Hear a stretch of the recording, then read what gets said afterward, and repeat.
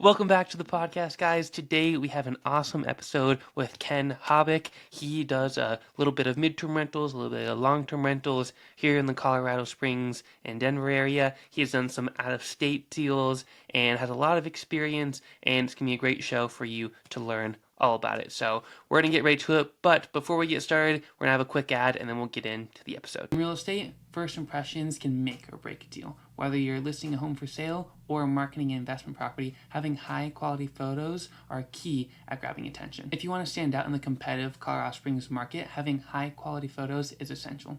And Wayne over at Hommati excels at getting the best possible photos for your property. He is based right here in Colorado Springs and specializes in capturing properties in the best light. If you're ready to take your property photos to the next level, make sure to contact Wayne over at Hommati and mention you heard about him from Tanner at Red and Joy Real Estate to get 20% off your next shoot. Remember, great photos can make the difference between a quick sale and a stale listing. So make sure to contact Wayne over at Hommati today. All right. Well, Ken, thank you for joining me on the podcast. I'm excited to have you here. We're going to talk about some cool real estate stuff. But first, let's learn a little bit about you and how you kind of got into real estate. Sure. Well, my name's Ken Hobbick. Happy to be here. And my first exposure to real estate and real estate investing was around 2011. I became an accidental landlord where I took a job out of state and had the experience of renting out my primary house in Colorado, which at the time the interest rates were incredibly low and I was able to move out of state and keep my primary home as a rental. So we had the unique experience of moving back into our primary home. We moved all the furniture and all the house pictures exactly where they were a couple of years afterwards. But that opened up the prospects of real estate and rental and allowed me the options to do some things in life that normally weren't available to me. Mm-hmm. After that, we Real moved. Quick, Ken, I got a question for you. So in 2011, that was kind of like towards the end of the housing crisis that was going on. Did you buy this property in 2011, or was that when you moved out of it? And kind of what were your thoughts during that time of buying a primary residence and housing crisis? Yeah. So we initially bought our primary in 2005. Back in the days when you could buy a house without a job and without any income. Yeah. We got one of those loans and said, yeah, we'll get around to getting jobs once we move to Colorado. So, and then the housing market was very depressed at that time, still from the financial crisis. So we didn't want to sell, and we were able to essentially rent out our house and buy a second house as a primary, and then that's where we moved back. And that's where we open my eyes to the tax advantage and having the income to support that, and you still have the appreciation of the property. And then since that time, we're so glad that we didn't sell our house and we still have it and we were able to hang on to it. Okay. So you still have this property, and is it a long-term rental? This one, the first one you bought that you ever bought. Yeah. So.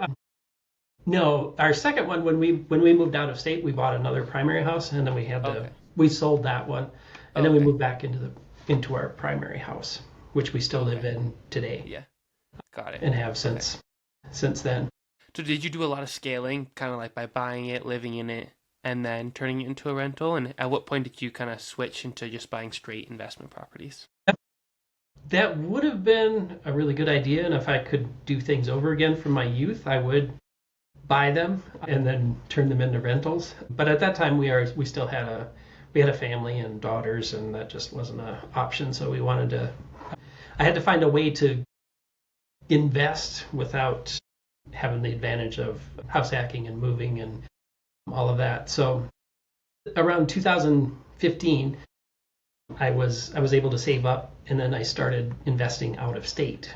So started investing in Indianapolis and Jacksonville, primarily because of the cash flow, and then the markets. And it was a way that you could save up. So I worked extra jobs and put money away and saved up for a down payment.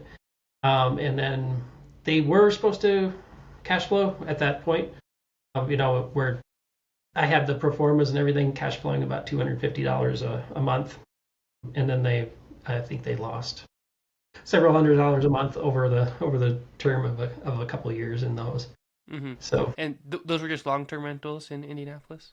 yes, yeah, and they were long-term rentals, and then I was had to, since it was out of state in beginning, I was dependent on property managers to do all of the property, Yeah. which was good in a certain aspect. But then, as a professional career, I work as a project manager, and I manage things remotely across the country, so it's not that far of a stretch. So I kind of knew what they were doing, and I could keep track of them. But then you still have to manage the property managers.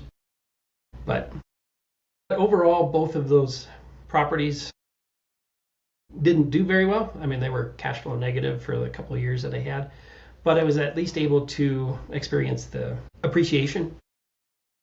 I was able to, after several years owning those properties, I was able to do a 1031 exchange and then move the properties into Colorado Springs.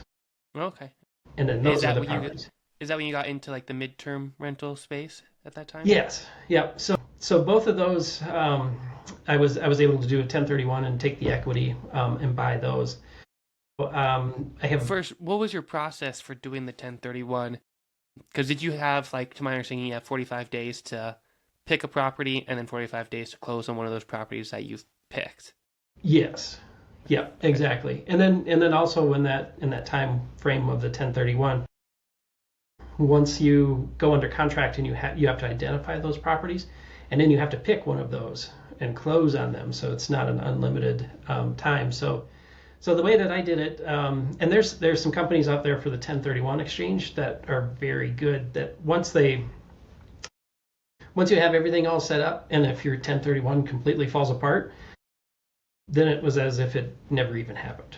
And they even refund any of their fees that they were going Oh, to okay. take for having it Yeah. done. It's like, all right, no foul, didn't happen for you. Sorry, you have to pay taxes on it.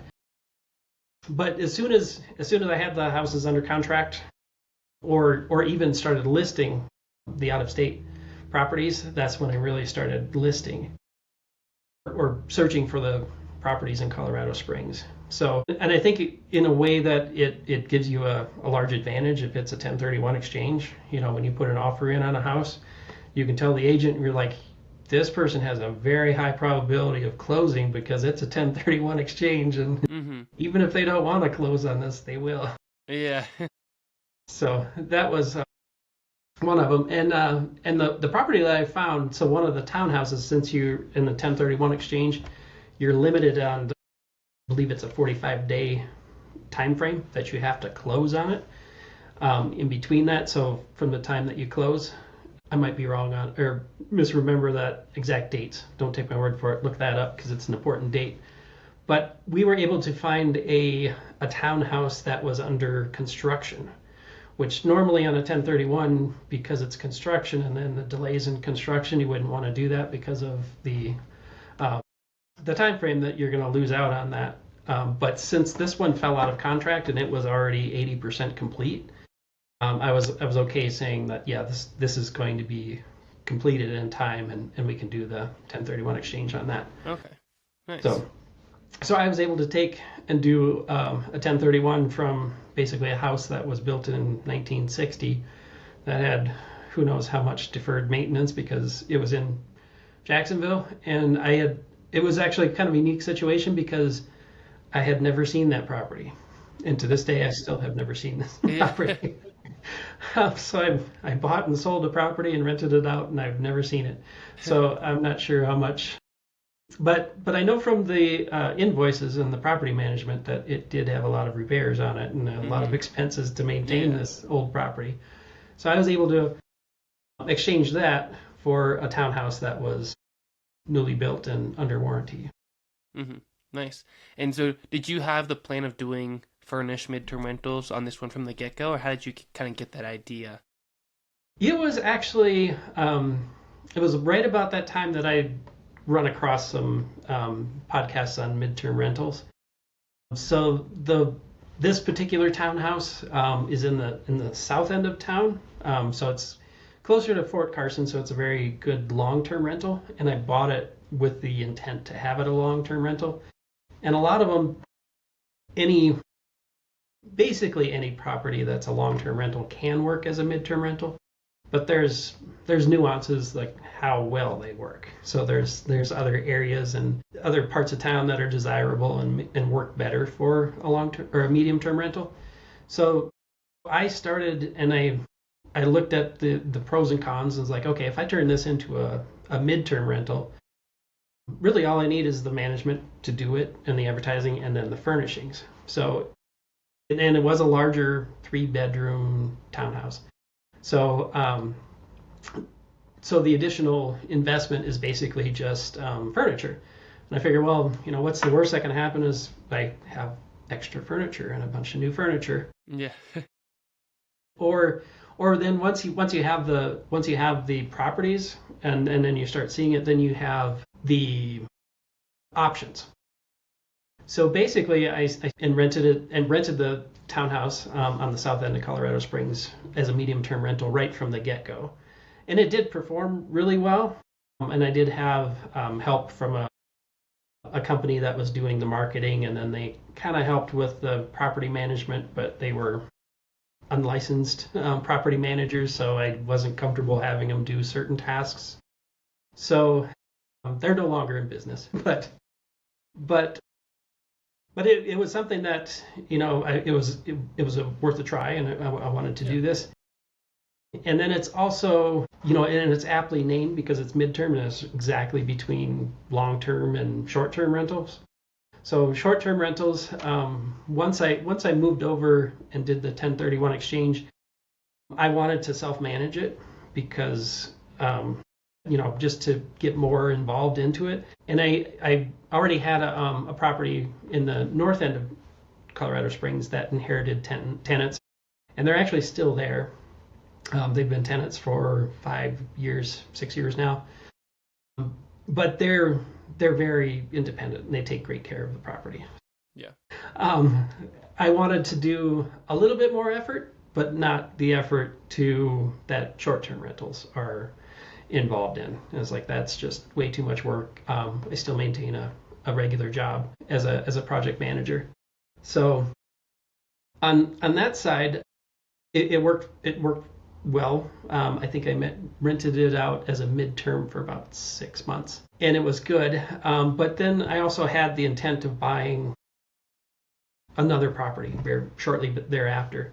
So my strategy was, I looked at this and I said, I want to make the next one on the north end of Colorado Springs as a much better place, just for all of the newer businesses and hospitals are coming in on the north end of town. So I specifically found that one to be a short-term or a medium-term rental. Oh, okay, got it. So But, like, you had that plan in mind after doing the one in the south end. Yes. Yeah. Okay. If you're planning to get photos done on your next listing or rental property, don't forget to reach out to Wayne with Hommati to get 20% off your next shoot. How were you finding like the tenants for the first one as a medium term? So for the first one, they were going through that company that helped with the marketing and placement of the tenants. Yeah. They billed themselves as someone that was, they could find all of their tenants, and they had experience doing that. But then basically what they would do is that they would list it on Airbnb and try to direct them to your website, which Airbnb does not take kindly to. Not really fond of that. And then they would charge like a 10% fee. And then, which they're taking. So that might be one of the reasons why they're no longer active. But I've relied on them to do the first initial placements of the tenants. And then afterwards, that gave me enough exposure to like, well, okay, how does this work? It's not rocket science. Yeah. So then, when I did and moved up to the north end of town, I kind of parted ways with that new company because they wanted, just like starting over, and they wanted additional fees, and it's like really not worth the value that they were providing for me. And I could easily take those over. So at that point in time, then that's where I switched, and I would just list it on Airbnb myself, and then Furnish Finder. And then I also listed it on Corporate Housing by Owner, which was another one that was there. Which one has worked the best for you so far? A combination of Furnished Finder and Airbnb is what I use. Once I was going through all the research, there's about 20 like large sites that you can get it to, but then that's almost like the 80-20 rule about how much of your traffic's going to come from all of these, and then you have to maintain all the calendars and on there. So I also had it listed on VRBO, but that's not something that I was actively involved in and got clients from. Okay. Yeah. And then, so you have these two properties. Are they the only two that you operate as midterm rentals to this day? Actually, I only do one midterm rental because on the south end of town, because just with it being further away. And that was when I was doing the underwriting and I was buying that one, I was looking at that to be a long-term rental. Okay. And it works great for a long-term rental. So after I moved all of the furnishings and started the midterm rental, which is midterm rental number 2, I converted the other property to a long-term rental. Okay. And you still have that one to this day? Yep, and that one is going. So, and then that way it also gives you the opportunity to compare like what a long-term rental and a midterm rental are. Yeah. And vice versa, and then you can really do an apples to apples comparison. Is like, is this worth changing this or converting this and changing it from midterm or vice versa to a long term? Yeah. So what did you notice once you started doing the comparison on the two on what you like better?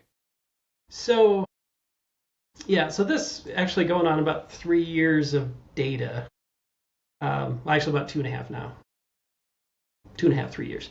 So the midterm rental does perform better, which you would imagine and consider because there's additional work involved and additional investments. But the long-term rental is not far behind. So I can get about twice the monthly cash flow. So I was just running through some of the numbers on. So the midterm rental on the north end does about a 10.2% cash on cash return, and then the long-term rental on the south end is a 7.6 cash on cash return. Just comparing those side by side. Okay. Yeah. So it's a little bit of an uptick, and you have a little bit more work that you have to do in order to get that on the midterm rental. Yes. Yeah. Would you say the most work that needs to be done is just qualifying tenants as you get them in? And do you do any type of qualifying when they stay at your property if it comes from Airbnb? Yes. Well, a little of both. So how I operate. So Furnish Finder caters to. They started it off on traveling medical. A lot of traveling nurses and about I would say a third of those of the midterm rental tenants are medical related or traveling healthcare. But then there's also a subset where they're traveling professionals or business owners that just want a long-term rental. So those are the major categories of them. And if I get them off of Furnish Finders, they typically provide a lot more detail even in their housing requests. So it's, if you post something for like a long-term rental and you don't know who you're going to be contacted with, but typically like their housing requests are much more personal and have much more information right off the bat. So they'll say, I'm so-and-so, I'm traveling with me, my spouse, my family, whoever, I'm going to be in town for this length of time, and this is what I'm looking for. This is why I work, and this is why I'm moving there or needing that. And then a lot of them, because they're professional, I take a lot of, the healthcare systems and the companies that hire them have done their own background checking, oftentimes sometimes at a greater extent than what you're legally allowed to do. I can think of some people that worked in cybersecurity and information technology that had done some work for government agencies and hospitals, and it's like, so you've been through some background checks, haven't you? And they'd be like, yes, I have, whatever their classified clearance is, like, yes, I'm cleared. Yeah. So a lot of times I will just, instead of having them fill out a background check, I can just say, okay, can you just send me a copy of the contract? Okay. So then they'll say, yes, this is the contract, and here's where I'm going to be working. So that goes a long way. If I get them off of furnish finders that are not part of the I'm traveling for work, then I will just ask them to do a quick tenant screening, similar to a long term. Got it. But I found that the quality of the tenants are much higher than I think what you would normally get. Like a long term? Yeah. Okay. Got it. Okay. I got a question. I'm gonna fix the light on the window. Oh, shoot. Okay. Shouldn't be shining in my face now. Actually, if we're gonna edit this part out, let me let the dog out. Oh yeah, go for it. I was just waiting for him to start barking. So my question for you is, do you still analyze properties in Colorado Springs as midterm rentals? And what do you look for now, since it is a little bit of a different market than when you first bought these midterm rentals? I do look at them. I try to look at, on a routine basis of, what the next property would be. But even when I was buying them as a midterm rental, when I would do the underwriting, I would underwrite it as a long-term rental. Okay. Just because, as well as all of the options that real estate offers you, is that there may be a time when I don't want to do the midterm rentals, or things change and we can move that back. So and just being conservative in nature going through that, I would always underwrite that as a long-term rental with a property manager. Yeah. So you can be, hands off as much as possible. So do you think, is it possible in Colorado to find a long-term rental with a property manager? Not as easy as it once was, Yeah. Especially for long-term and have a cash flow and at these prices and these interest rates and just how things are in the current market.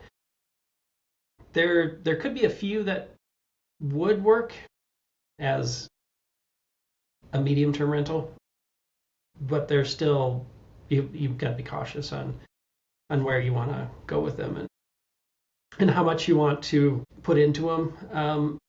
I think it's still not quite as easy as just putting in furniture and some pictures on the walls.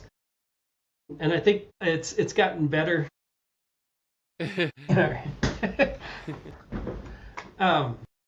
Let's see. Can we do that question over again? Yeah. What was the question? If you Is it possible for doing midterm rentals in Colorado? And it can be based off of, it kind of depends on the deal, and you analyze it as a long-term rental, is what you were saying. Yeah. So for the midterm rentals that I analyze and look at, so by far the highest and the highest number of midterm rentals are out there. They cater a lot to the 1 and 2 bedroom for the traveling people, because a lot of the people that are traveling are just 1 or 2 people, and then they typically travel with their pets. So that's another large one that they want to bring their companions with them. Yeah. So even when I was looking at the midterm rental as a 3-bedroom, I would look at it as kind of a cross between appreciation, because it was a 3-bedroom, which is not typically what you want for a midterm rental, but at the same time, it's also puts it into a class where there's not as many.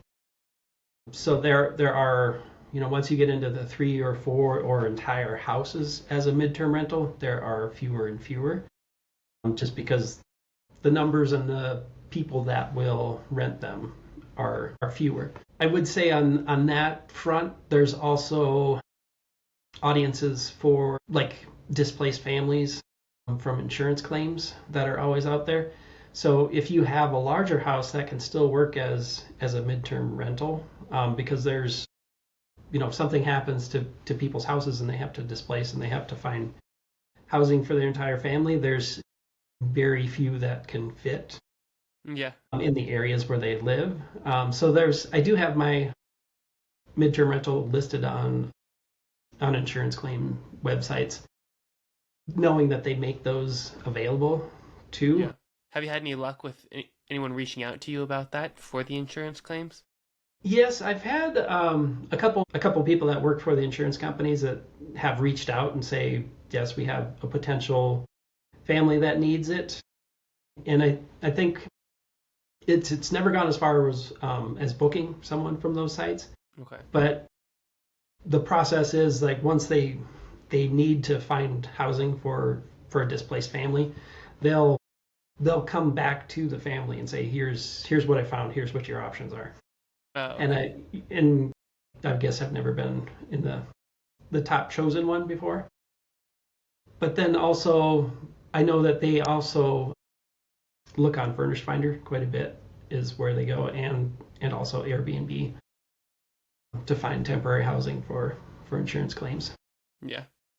So what's the rest of your portfolio look like, aside from the midterm rentals and the long-term rental in Colorado Springs? Then I have one long-term house that is there, and it's just your average house that cash flows, has great tenants, good location, and it's that's the long-term tenants that I mentioned, and they've been there for a long time and take great care of the property. So Yeah. Do you have anything that's in the Denver area? Or no, anything that's out of state still, or have you sold all those?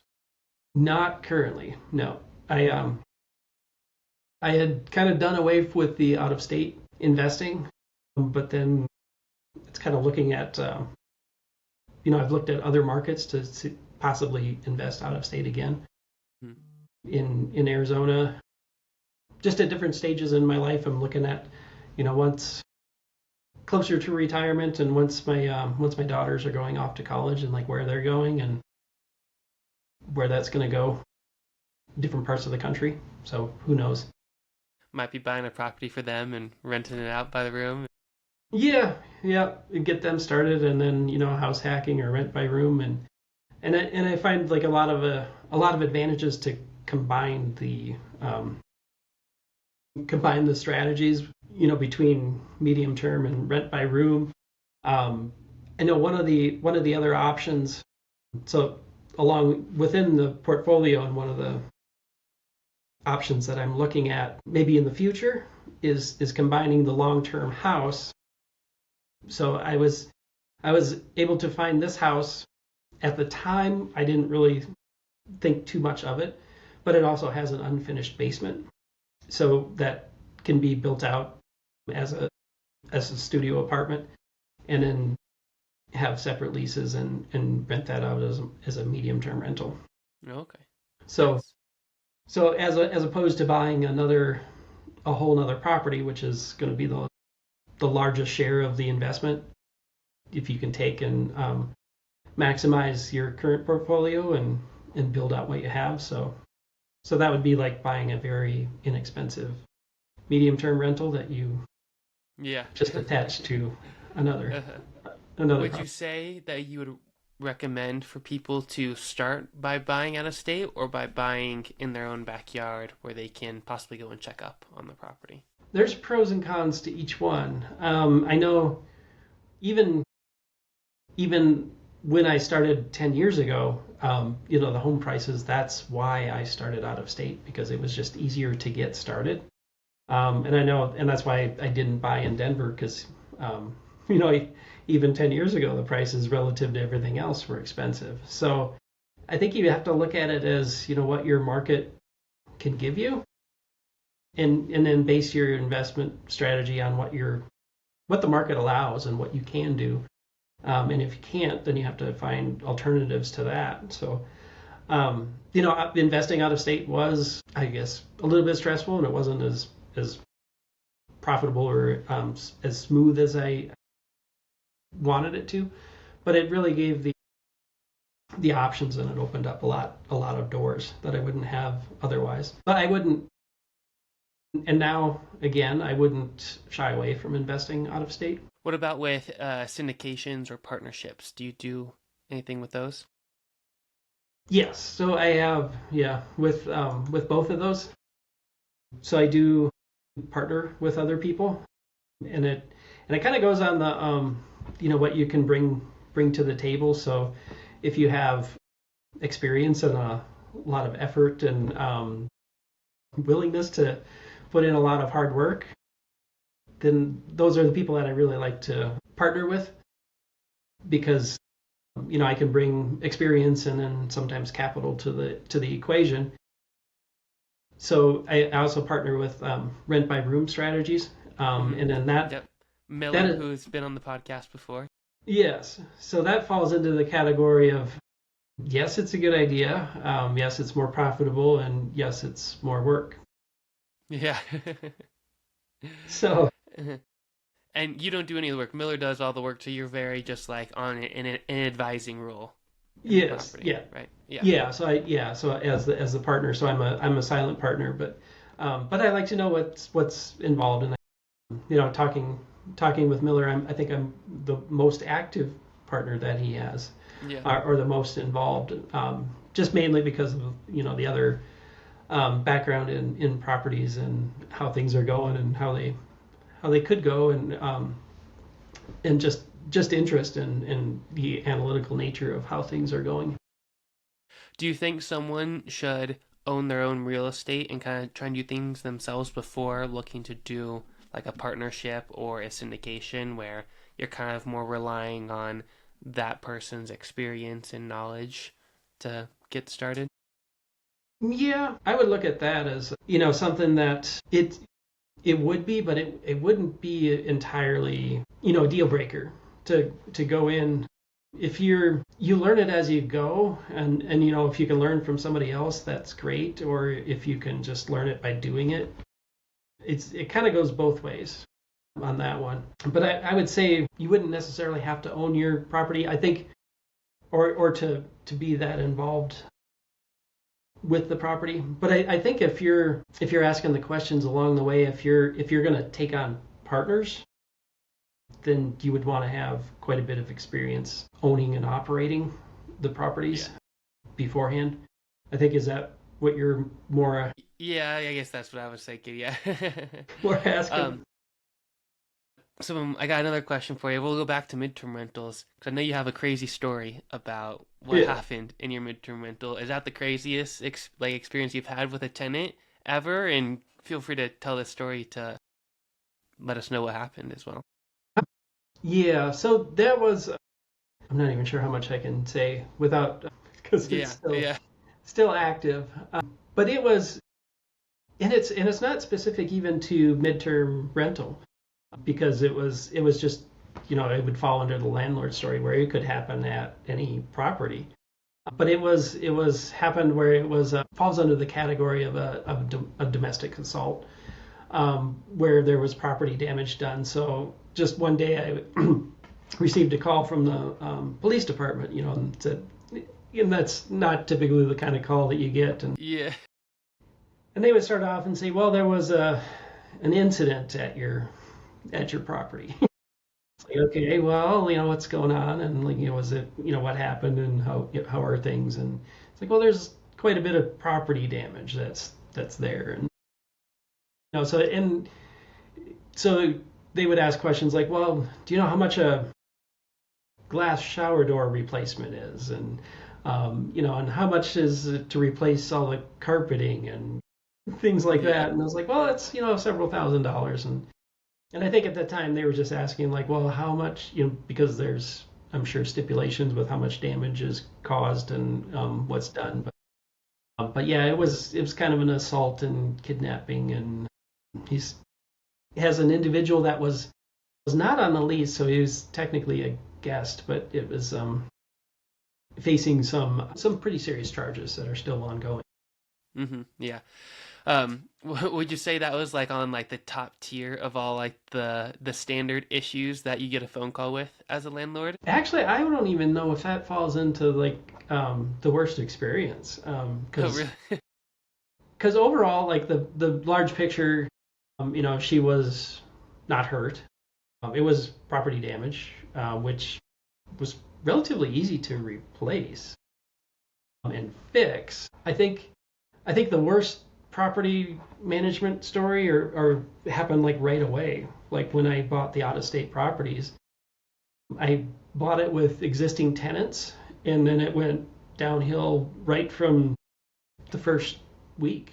Like the tenants just stopped paying rent, and they just like were surprised, and we had to go through like a whole eviction process right from the start, where the tenants just refused to pay rent, and then the new property managers that I worked with, that they had gone through an entire eviction up to the point where you go through and you have the sheriff that is coming up to the door with the moving company to vacate the tenants Yeah.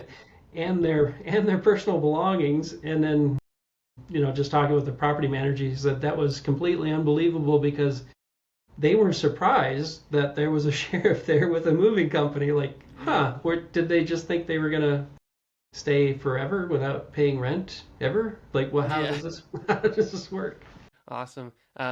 Last question for you. Do you have any advice for anyone that is younger or anyone that's first starting into real estate on how they could kind of think about the process of getting their first property, what they should worry about, what they should not worry about, and what kind of risks they should be looking to take?